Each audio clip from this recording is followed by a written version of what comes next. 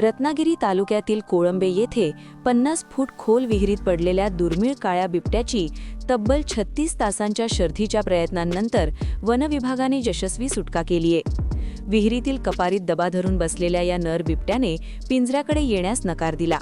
अखेर विहिरीत टँकरने पाणी सोडण्याची अभिनव युक्ती राबवण्यात आली आणि त्यातून ही मोहीम यशस्वी ठरलीये।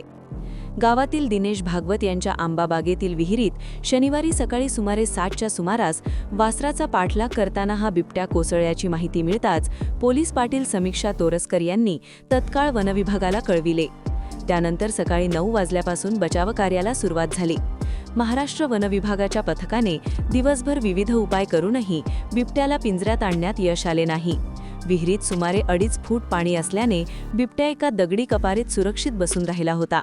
सलग प्रयत्न करूनही तो पिंजऱ्याकडे हलत नसल्याने बचाव मोहीम अधिकच आव्हानात्मक ठरली। अखेरीस वनाधिकाऱ्यांनी परिस्थितीचा बारकाईने अभ्यास करून 2 मोठे टँकर मागवले।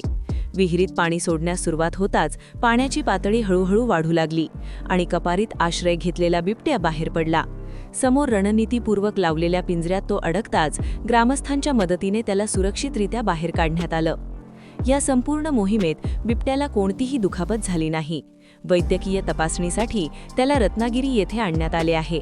साधारण 3 वर्षांचा हा नर बिबट्या असल्याचे प्राथमिक निरीक्षणातून स्पष्ट झालंय।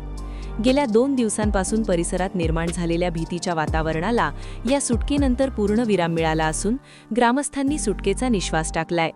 या मोहिमेत वनाधिकारी गिरिजा देसाई, प्रियांक लगड यांच्या मार्गदर्शनाखाली प्रादेशिक वनाधिकारी प्रकाश सुतार तसेच नाना गावडे, विराज संसारे, दीव कोळेकर, विक्रम कुंभार, श्रावण पवार, नमिता कांबळे आणि स्थानिक ग्रामस्थांनी सक्रिय सहभाग घेतला होता। 24 न्यूज, रत्नागिरी।